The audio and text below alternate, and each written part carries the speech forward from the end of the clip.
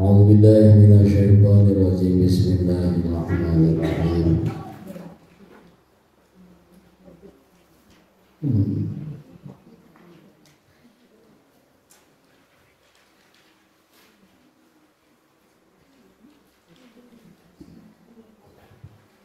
Faslun fi ahkamil khiyari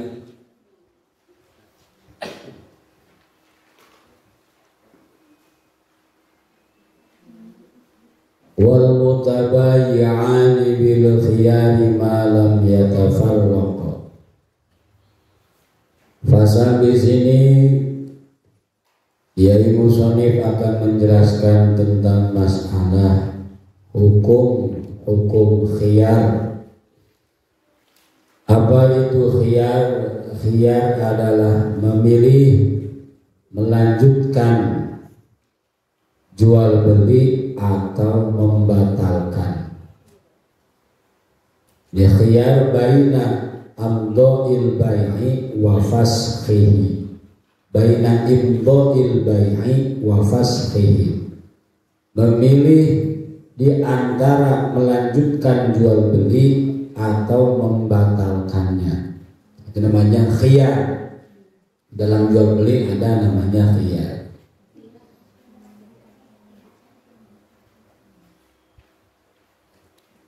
Dengan catatan malam yatafarraq. Berarti di sini khiyarnya khiyar majlis. Di antara di suatu akad jual beli antara penjual dengan pembeli, maka keduanya ditetapkan adanya khiyar majlis. Di semua jenis jual beli apapun, beli barang, beli makanan, beli apa, beli semuanya, itu berlaku khiyar majlis malam yatafarraqa, selama keduanya belum berpisah. Selama keduanya belum berpisah. Nanti ada waktu akhirnya berapa hari. Ketika dua-duanya walaupun sudah dibeli, selama masih satu majelis, itu berlaku adanya khiyar. Dilanjutkan atau tidak punya hak selama masih satu majelis belum berpisah.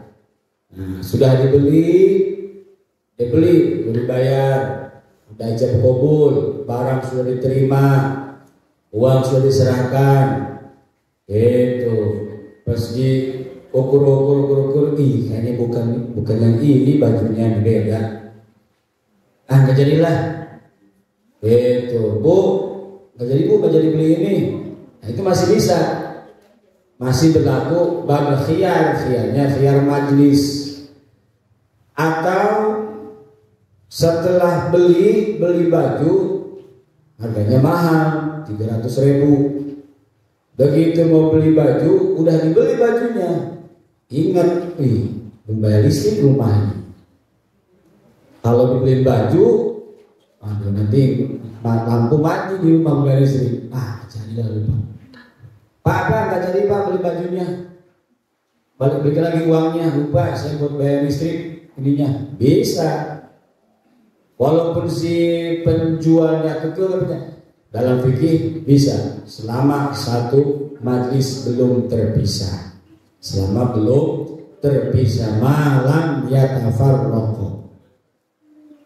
Itu beli pakaian, beli barang, beli makanan.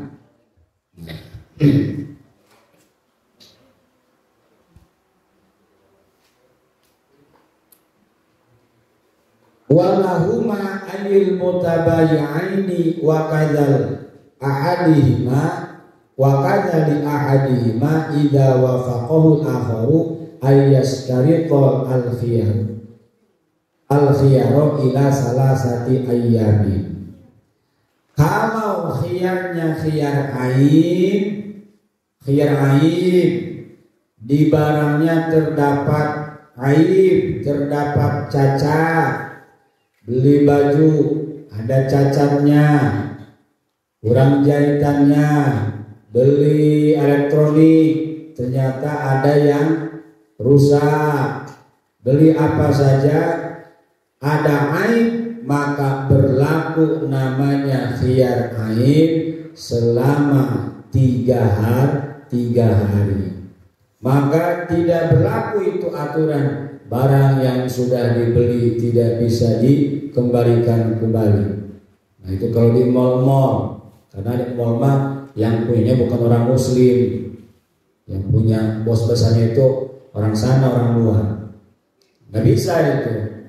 Kalau memang terdapat aib, beli elektronik ternyata tombolnya nggak ada satu, kembalikan selama 3 hari. Lebih dari 3 hari nggak berlaku khiyar aib, tidak berlaku. Tapi dengan catatan rusaknya barang tersebut memang karena bawaan pabrik, bawaan kita beli, bukan karena dirusak sama kita. Dapat beli HP baru ke counter, dapat sehari ribut sama suaminya, dilempar HP-nya, pecah hancur. Balik ke toko, Pak nggak jadi Pak, khiyar aib, kenapa? HP-nya pecah. Nah itu keberlaku, itu mah pecah oleh sendiri. Ini mah pecah bawahnya kita beli ternyata ada yang retak, ada itu khiyar aib, bisa dikembalikan, bisa dikembalikan kepada si penjualnya. Bila terdapat aib selama 3 hari. Beli baju ternyata ada sobeknya, kembalikan. Beli makanan ternyata ada aibnya, ada yang tidak pas, ada segala macamnya, kembalikan selama 3 hari. Lewat 3 hari maka batal khiyar aibnya, tidak bisa. Falil mustari rodduhu, maka bagi si pembeli rodduhu mengembalikan barang yang dibeli tadi, baik itu ada aib ataupun tadi khiyar majlis karena belum pas hatinya, maka bisa dikembalikan. Wala yajuzu bai'u samrati mutlaqan illa ba'da buduwi sholahiha, dan tidak boleh menjual buah-buahan yang masih ada di pohonnya illa ba'da buduwi sholahiha, kecuali setelah nampak apa manfaatnya, kepatutannya. Nah, kemarin sudah dibahas, ngeborongin buah mangga yang baru berbunga, langsung diborongi. Bu Haji, borongin mangga sini, ini pasti ini lagi panennya bagus ini, buahnya enak ini, buahnya kalau udah matang manis, kalau dipetis nggak terlalu asam, kalau masih mudanya, enak pokoknya ini mah, silahkan. Nah, tidak boleh itu. Kenapa? Karena masih bisa berbahaya, madorot. Begitu dibeli, borongi. Ada 1 hektar, borong sekian juta, dapat dibayarin, dapat seminggu, ada musim hujan angin, wah rontok semuanya, tidak terarah. Nah itu tidak boleh, tidak boleh. Kemudian borong kelapa, borong duren baru petilan, udah ada buahnya, mau udah ada buahnya, masih kecil-kecil, belum layak panen, kecil-kecil diborong. Itu juga tidak boleh, harus nampak kepatutannya. Kalau duren sudah gede-gede, durennya sudah bisa diunduh, borong boleh. Mangga sudah gede-gede kelihatan buahnya, baru bisa diborong. Jambu sudah kelihatan jambunya, diborong. Kecuali penggunaannya memang kita butuh mangganya, mangga yang pentil buat rujak, nggak apa-apa itu mah diborong, masih pentil juga, karena bukan tujuan matangnya. Ini mah kita tujuannya mangga matang, masih pentil sudah borong nggak sah, nggak boleh. Sesuai tujuan awalnya itu tidak sah. Awas, tidak sah. Termasuk kita yang punya buahnya. Nah, bosan saya punya kebun petai 1 hektar. Baru pendulan doang saya borongin. Nah itu nggak sah. Harus sampai kelihatan petainya, lubut banyak petainya. Baru telepon tukang pemborongnya, Pak, tuh petai saya mau diborongin. Beberapa pohon itu berapa empong. Nah itu seperti itu cara memborong. Kalau belum nampak maka tidak boleh, tidak sah, tidak ada. Wala yajuzu bai'u ma fihi riba bi jinsihi rutoban illal laban. Dan tidak boleh menjual barang-barang yang berbau riba yang sejenis, yang sifatnya bahan-bahan cair kecuali air susu. Boleh. Seperti menjual anggur dengan anggur, nah, tidak boleh. Madu dengan madu, yang sejenis, yang satu lebih unggul. Tukeran anggur 1 kilo dengan 1,5 kilo. Tukeran madu 1 liter dengan 1,5 liter, itu riba, kecuali susu. Kalau susu mah boleh ditukar, tidak ada riba. Jadi riba itu adalah ketika menukar barang sesuatu yang satu lebih unggul. Nah, maka sekarang mah ditukar dengan uang, dengan rupiah. Itu bagaimana kalau tukar uang Indonesia ke uang dolar, rupiah ke dolar, rupiah ke real, kan beda-beda. Rupiah mah 100.000, real dapat 4.000, dapat 4 real. Dapat 1 real. Rupiah 4.000 banyak, real mah cuma dapat 1 real 4.000. Bagaimana? Ya bukan riba, memang itu mah alat tukar, kurs itu mah. Itu mah sudah ketentuannya. Jadi nggak riba kalau uang mah ditukar. Rupiah ditukar ke dolar, dolar tukar ke rupiah, dolar 1, rupiah 15.000. Walaupun berlipat-lipat, itu mah bukan riba, bukan tukar barang, tapi alat itu nih, alat untuk jual beli alatnya. Maka sesuai kursnya. Kalau dolar 15.000, ya satu dolar berarti 15.000 rupiah. Kita punya uang 4 juta, tukar ke real, cuma dapat 1.000 real. Karena 1 real itu 4.000 real. Nah gitu. Jadi memang murah rupiah mah. Hanya kalau kita di Saudi belanja pakai rupiah mahal, hitungnya mahal. Bakwan satunya 1 real, berarti 4.000 bakwan satunya. Terus beli kopi harganya 5 real, bisanya murah 5 real. Tapi kalau ditukar ke uang rupiah, ke uang Jokowi, wah, 5 kali 4 20.000. Masa iya kopi cuma 20.000? Bakso cuma 20, murah. 20 real bakso. Kalau dikalikan ke uang rupiah kali 4.000 berapa? 80. 1 mangkok bakso 80. Nah, mikirnya bakso di sini di Serang dapat 4 mangkok. Kalau di sana dapat satu mau. Iya, karena rupiahnya jatuh. Gitu. Kalau kita ngitung mahal, hemat, nggak mau belanja. Tapi di sana memang 1 real, 2 real, murah-murah menggunakan di sana murah. Murah di sana menggunakan jus 10 real, jus jeruk, jus delima 10 real, murah 10. Jadi kalau di ke Indonesia kan kali 4.000, 40.000. Jus B 40.000. Oh iya, ini biayanya mahal. Tapi semahal apapun biaya kita ke tanah suci, habis uang puluhan juta, ada yang ongkos 40 juta, ada yang 35 juta, ada yang 30 juta sesuai fasilitas. Mereka tidak bisa membohongi fasilitas.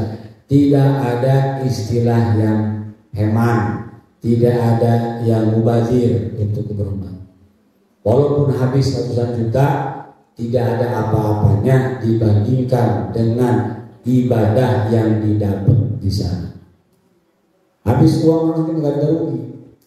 Kedua, tidak ada sejarahnya orang pulang umroh miskin, nggak ada. Nggak ada, langsung diganti. Habis berapa? Tapi jangan minta diganti, nggak boleh. Habis pulang umroh, ya Allah gantiin uangnya, saya habis 50 juta. Perhitungan amat. Jangan minta diganti. Tapi pasti. Habis berapa nih kita umroh? Habis 60 juta. Pasti diganti. Min haitsu la yahtasib, dari jalan yang tidak disangka-sangka dan tidak mesti berbentuk uang kembali. Tiba-tiba berbentuk apa? Suami naik pangkat. Tiba-tiba apa? Apa namanya? Anak keterima PNS, keterima kerja. Itu dengan bentuk yang lain. Kalau ditotalkan habis. Harusnya kita nyogok, umpama nyogok jadi pejabat, jadi pegawai, harus habis 100 juta. Ini mah gratis. Ternyata ganti uang umroh tadi, uang haji tadi. Enggak mesti berbentuk uang, dibalasnya, digantinya dengan bentuk yang lebih kita butuhkan. Ya, jadi tidak ada yang hemat amat umroh habis sekian, nggak ada. Justru yang sudah ke sana pasti pengen ke sana lagi. Kenapa? Sholat di sana 1 rakaat bandingannya 100.000 rakaat. Itu ya. Ibu sholat di Masjidil Haram 1 rakaat bandingannya sama dengan sholat 100.000 rakaat di Masjid Aqobah. Bandingannya 1 rakaat sholat di Masjid Nabawi bandingannya sama dengan ibu sholat 1.000 rakaat di Masjid Aqobah. Bandingannya ternyata bukan cuma sholatnya saja. Imam Jalal As-Suyuti menjelaskan semua amal ibadahnya di tanah haramah dikali 100.000. Zikirnya sekali zikir baca subhanallah di Masjid Haram sama dengan ibu membaca 100.000 kali subhanallah di Masjid Aqobah. Dikali. Nah, al-umratu bainal umrati kafaratun 'anil dzunub.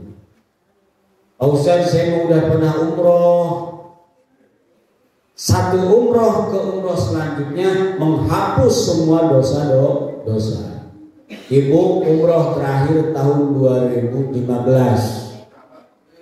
Tahun 2023 berangkat umroh lagi. Dosa dari tahun 2015 sampai 2003 bersih lagi. Al-umratu bainal umrati kafaratun 'anil dzunub. Di satu umroh ke umroh yang lainnya penghapus dosa. Gitu dari umroh. Saya terakhir umroh 2019, umroh sendiri.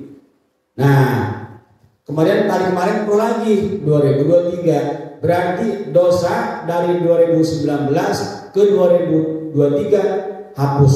Itu janji Rasulullah. Penghapus dosa. Maka jangan gimana? Ya saya sudah pernah Pak Ustaz. Kapan? Waktu tahun 45. Waktu itu pas merdeka itu mah. Udah. Terus mau lagi enggak? Udah pernah. Justru penghapus. Memang wajibnya mah sekali. Umroh, haji wajibnya mah sekali. Tapi kedua kalian itu penghapus dosa. Terakhir umroh 2015, berarti berapa tahun yang lalu itu? 18. 8 tahun yang lalu, 15 ya. 8 tahun yang lalu. Nah, pertanyaannya, selama 8 tahun banyak dosa enggak? Banyak. Selama 8 tahun banyak dosa? Banyak. Dosa A, B, C, kalau ditulis menjadi data, nggak muat itu kertasnya. Banyak dosanya. Nah, berangkat aja umroh. Waktu umroh pulang bersih. Melebur kafaratun anil dzunub. Pelebur dosa-dosa di antara dua umroh tadi. Itu. Dinyatin, mudah-mudahan tahun depan berangkat. Oktober, kalau mau Oktober enak, Oktober itu cuacanya enak. Kemarin masih lumayan. Di Madinah 48, di Mekah 45 suhunya panasnya. Di Serang cuma 33 udah kepanasan ya. 33 itu udah panas. Di Mekah 45, tapi sejuk. Kenapa? Satu angin, kedua kita di tanah suci. Nah, jadi enggak kepanasan gimana, enggak, enak aja. Ibadah enak, di kalipatnya luar biasa, nyaman, ya, itu nyaman. Jadi ketika berangkat ke tanah suci mah baru nginjek kaki kita ngambil mikot kan perbatasan masuk ke tanah haram. Baru masuk, Allah sudah haramkan kulit kita, daging kita, bulu kita, jasad kita dibakar api neraka. Baru nincetnya ke tanah haram. Maka doanya begitu, Allahumma harim syahri lahmi wa basari alan nar. Allahumma inna hadza harama haramuka. Ya Allah, ini adalah tanah harammu, maka haramkanlah jasadku, dagingku, darahku, kulitku, tulangku dibakar api neraka.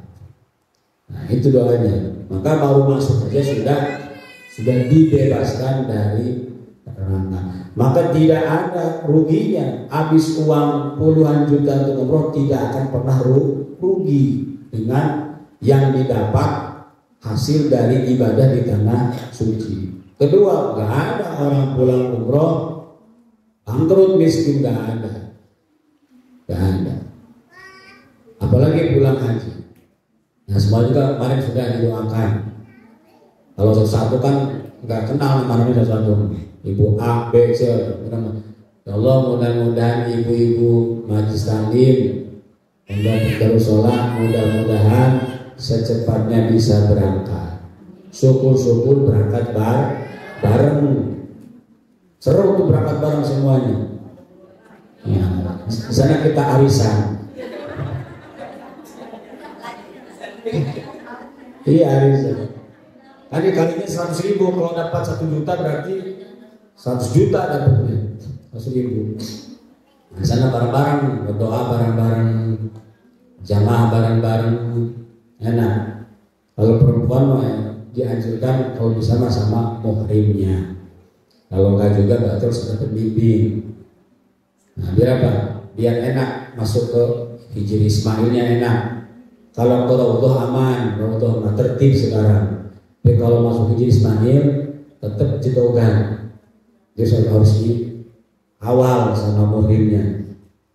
Jadi semua tempat di tanah haram itu mustajab doa, mustajab semua. Semua tanah haram itu tempat mustajab doa. Urutan pertama adalah multazam. Urutan tempat yang paling mustajab nomor wahid adalah multazam. Berdoa di multazam nomor 1 paling diterima, diijabah. Cuman resikonya perempuan mah susah, laki-laki aja susah, harus yang badannya gede, karena rebutan. Nomor 2 Hijri Ismail. Tempat mustajab yang kedua adalah masuk ke Hijir Ismail, sholat 2 rakaat, berdoa di bawah pancuran emas. Gitu. Yang ketiga, Maqam Ibrahim. Bukan kuburan Nabi Ibrahim, bukan. Makam itu telapak kaki, bekas telapak kaki Nabi Ibrahim waktu Nabi Ibrahim membangun Ka'bah. Telapak kakinya dibungkus kayak burung, kayak sangkar burung. Nah, itu tempat mustajab doa di situ. Nomor 4, di semua wilayah Masjidil Haram tempat mustajab doa. Mau lantai 1, lantai 2, lantai 3, paling atas semua mustajab doa. Kalau di Madinah, di Raudhah, di antara rumah Siti Aisyah dengan mimbar Nabi, itulah taman surga. Ma baina baiti wa mimbari raudhah min riyadil jannah. Kata Rasul, di antara rumahku, rumah Siti Aisyah dengan mimbar Nabi, itulah taman surga. Raudhah itu tempat mustajab doa. Gitu. Jadi doa itu diijabah pertama orangnya nih. Siapa orang yang mustajabatu doa? Orangnya rajin ibadah, tidak pernah melaksanakan dosa. Orangnya rajin ibadah, dekat dengan Allah, tidak pernah melaksanakan dosa, itu pasti doanya diijabah. Sekali ngomong kebuka arsy Allah. Kita orang seperti itu bukan? Bukan. Ibadah belang betong. Kita mah ibadahnya sisa masak, sisa ke mall, sisa ke rauh, baru sholat. Sisa ngasuh icu, sholat asar, ngasuh icu lah sampai jam 5. Ibu dan bapaknya datang, cucu dikasihin, baru kita sholat asar. Nah, itu ibadahnya. Mau dijabah jauh. Kedua, orang yang tidak pernah melaksanakan dosa.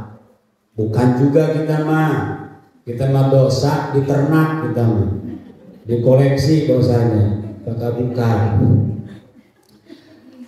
Siapa? Yang kedua adalah orang yang baru pulang dari tanah suci. Dia punya doa diijabah selama 40 hari. Selama 7 hari diikuti malaikat rahmah. Orang yang pulang dari tanah suci ibadah, bukan TKW. TKW betul enggak? Ada katanya tetangga saya baru pulang dari tanah suci, apa kerja TKW? Ya, bukan. Habis ibadah di tanah sucinya, habis haji, habis umroh. Maka selama 7 hari dia diikuti oleh malaikat rahmat. Kenapa? Karena masuk Masjidil Haram itu sudah dapat 120 rahmat. 20 memandang Ka'bah, melihat Ka'bah dapat 20 rahmat. Tawaf dapat 60 rahmat. Duduknya sholat, zikir, ngelamun di depan Ka'bah dapat 40 rahmat. Jadi sekali masuk Masjidil Haram dapat 120 rahmat. Sedangkan 1 rahmat aja, siapa orang mendapatkan 1 rahmat Allah, maka baginya haram siksa neraka. Kalau manusia sudah mendapatkan rahmat Allah 1 aja, diharamkan mendapatkan siksa Allah, apalagi 120 rahmat. Maka malaikat ngikutin. Pulang ke tanah suci selama 7 hari diikutin oleh malaikat rahmat, doanya mustajab selama 40 hari. Maka di kampung mah orang pulang tanah suci itu dikejar, minta doanya, minta diusap kepalanya, diusap penyakitnya, macam-macam. Ustaz, saya punya penyakit jadi cangkeng tiupkeun, geus buka celana. Ditiup lah. Tiup. Besar saya mah sakit kepala aja udah seminggu sakit, tiupkeun. Pulang dari tanah suci. Itu dulu. Nah di Serama belum terbiasa. Biasa kan itu ya. Kalau ada orang nanti hajian siapa umroh, kalau ada orang pulang dari tanah suci silaturahmi, minta doa dan rahmat Allah, minta. Bukan meminta oleh-oleh, bukan. Imam Ustaz malu saya mah mau satu harinya takut dikira minta oleh-oleh. Ya kalau ada dikasih, kalau nggak ada mah jangan. Minta doa dengan cucuran rahmat yang dibawa. Nah malaikat rahmat ngikutin selama seminggu itu. Buruan pinta doanya, pinta rahmatnya. Karena doanya mustajabah doa 40 hari, malaikat rahmat ngikutin sampai 7 hari. Nah masih ada tuh ikut Umi tuh sampai hari Selasa. Sampai hari Selasa kisahnya habis malaikat. Sampai Selasa pulang lagi ke tanah suci malaikatnya. Nah, masih ada ikutin. Nah itu ya ke tanah suci. Satu, kedua waktunya. Jadi orangnya mustajabah doa itu, kedua waktunya. Waktu mustajabah doa adalah waktu sepertiga malam, waktu di antara azan dan qomat, waktu turun hujan, dan waktu ketika kita jadi musafir, ketika kita berada di tanah suci. Itu waktu mustajab. Tengah malam sepertiga malam, jam 3 bangun doa, itu waktu mustajab. Di antara azan dan qomat selipin doa, itu waktu mustajab. Di antara khotib dua khutbah duduk, itu waktu mustajab. Ketika turun hujan doa, dan ketika kita musafir perjalanan ke tanah suci. Dan yang ketiga doa diijabah karena tempatnya, yaitu di sekitar tanah haram Mekah Madinah, tempat istijab doa. Doa apa saja, yang penting kita yakin.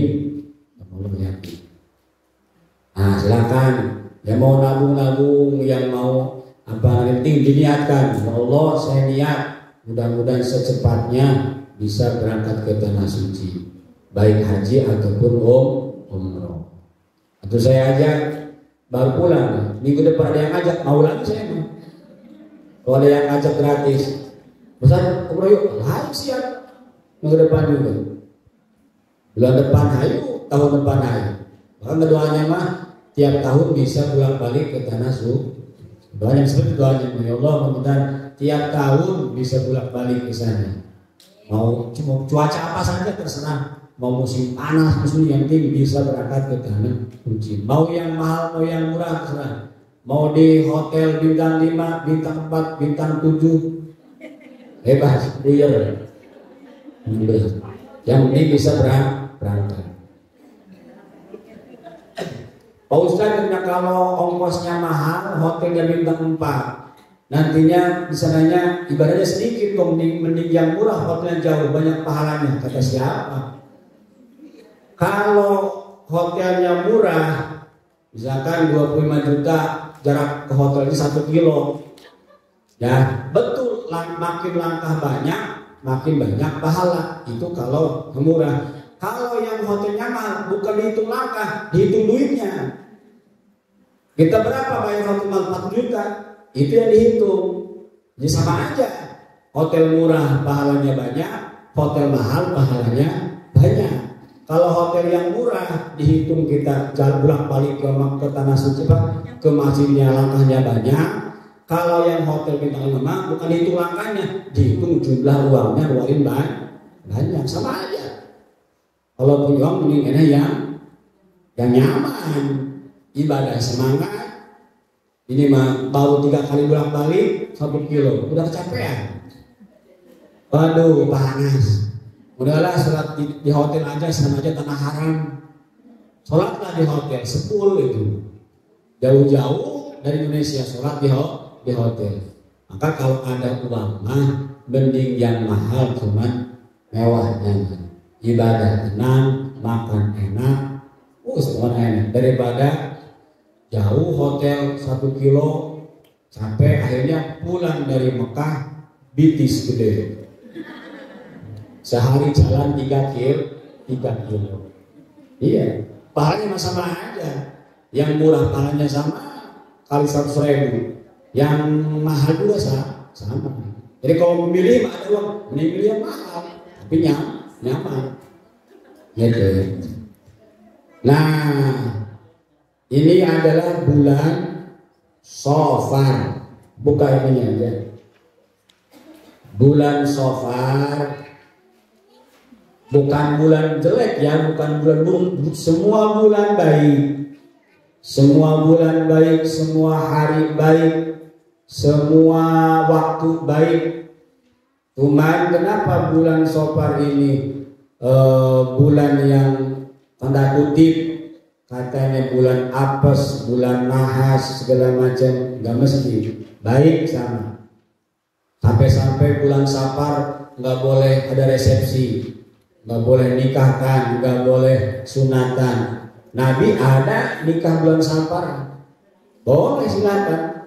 Nikah bulan Safar boleh, bepergian bulan Safar boleh. Saya umroh bulan Safar kemarin berangkat, alhamdulillah selamat, tidak apa-apa, boleh. Memang Rasul mulai sakit sebelum wafat itu bulan Safar. Rasul bulan Safar sakit, kena penyakit, 12 Maulid wafat. Cuman ada hari yang buruk, setahun hari paling buruk, bukan di bulan Safarnya, tapi di Rebo akhir bulan Safar. Rebo besok nih. Nah, Rebo besok adalah Rebo akhir. Di Jawa disebutnya Rebo Wekasan. Rebo Wekasan. Di kita namanya Rebo akhir. Jawa Rebo Wekasan. Di kita Rebo akhir, sama aja. Nah, Rebo akhir bulan Safar betul itu hari yang paling buruk. Di antara hari-hari yang nahas itu hari yang paling buruk. Kenapa? Karena ulama-ulama ahli mukasyafah melihat ke Lauh Mahfuz setiap Rabu akhir bulan Safar Allah turunkan balai musibah bencana sebanyak 320.000 balai dari Lauh Mahfuz ke sama'id dunia, ke langit dunia untuk 1 tahun. Jadi Allah turunkan penyakit, balai, musibah, bencana untuk 1 tahun ke depan. Itu diturunkannya hari Rabu akhir bulan Safar. Dari Lauh Mahfuz turunkan ke langit dunia sebanyak 320.000. Dari langit dunia turun ke dunia nyama berangsur-angsur satu-satu. Gitu. Ada tsunami di bulan anu, Krakatau meletus di bulan anu, banjir di bulan anu, badai di bulan anu, gempa di bulan anu, itu mah sesuai bulannya. Turunnya mah ke dunia itu pada hari Rabu akhir, stop. Itu berdasar nah gitu. Termasuk kita umpama mau kena penyakit di bulan kapan, itu penyakitnya sudah ada. Hari Rabu itu udah turun penyakitnya mah, cuma turun ke kitanya mah nggak tahu bulan apa. Nah, atau bulan apa? Nah, itu Rabu akhir. Maka Rabu akhir itu Rabu yang paling buruk karena Allah turunkan balai sebanyak 320.000 balai. Maka ulama ahli kasab ikhtiar nyareat wanti-wanti tolak bala, dafil bala adalah dengan cara pertama melaksanakan sholat sunnah dafil bala atau disebut sholat safar, disebut sholat sunnah tolak bala, sama aja. Niatnya dilaksanakannya rebo pagi waktu duha. Sudah mulai 6:30 sudah bisa, 6:30 sudah boleh mulai. Niatnya usolli rakaataini sunnatan lidaf'il baliyati. Ya Allah, niat saya sholat sunnah 2 rakaat tolak bala karena Allah Ta'ala. Allahu Akbar. 2 rakaat. Tiap-tiap rakaat ba'da Fatihah membaca 1 Inna a'tainakal kautsar 17 kali, baca qul huwallahu ahad 5 kali, baca falak binas 1 kali, beres 1 rakaat, bangun lagi rakaat kedua, beres Fatihah, baca lagi al kautsar 17, al ikhlas 5, falak binas 1, beres salam baca doa ini. Pak Ustadz nggak bisa sholatnya sholat ini, sholat apa saja, sholat duha, sholat hajat. Yang penting Rabu pagi itu sebelum berangkat kerja, sebelum ke pasar, sebelum ke sawah, sebelum kemana-mana, sebelum beraktivitas, usahakan sholat dulu 2 rakaat. Bagus-bagus sholat ini, sholat tolak bala, atau sholat duha, atau sholat hajat. Habis sholat tolak bala, sholat hajat, sholat duha, baca doa tolak balanya. Nah, baca tolak balanya. Allahumma ya syadidal quwa wa ya syadidal mihal, ya azizu ya madhallat li'izzatika jami'a khalqika, ikfini min syarri jami'i khalqika, ya muhsinu ya mujammilu ya mutafaddilu, ya mun'imu ya mutakallimu, ya man la ilaha illa anta, irhamni birahmatika ya arhamar rahimin.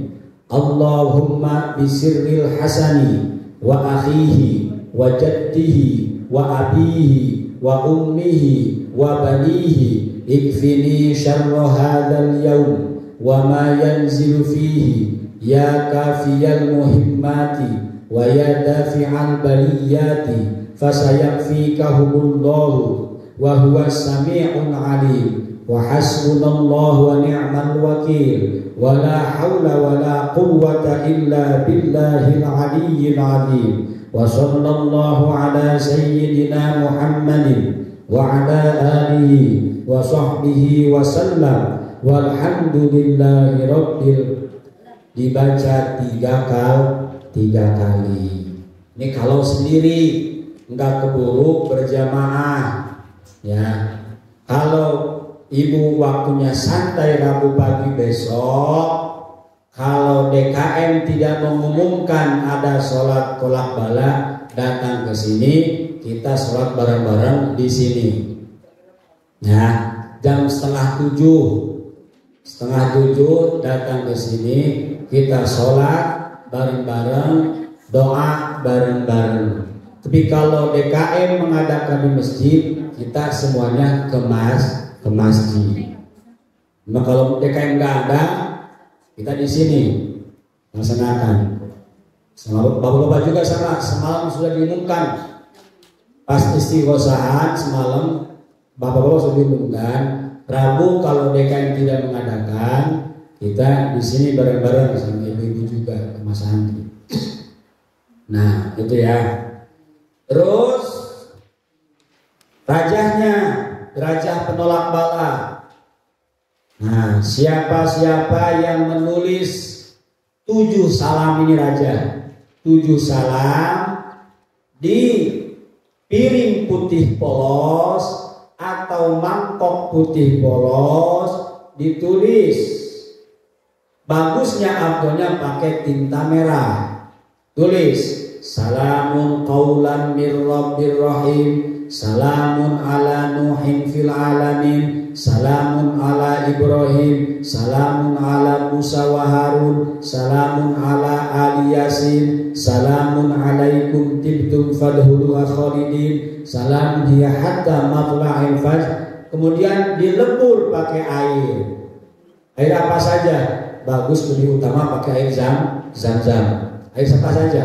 Air galon. Lebur, airnya nanti dibagi-bagi.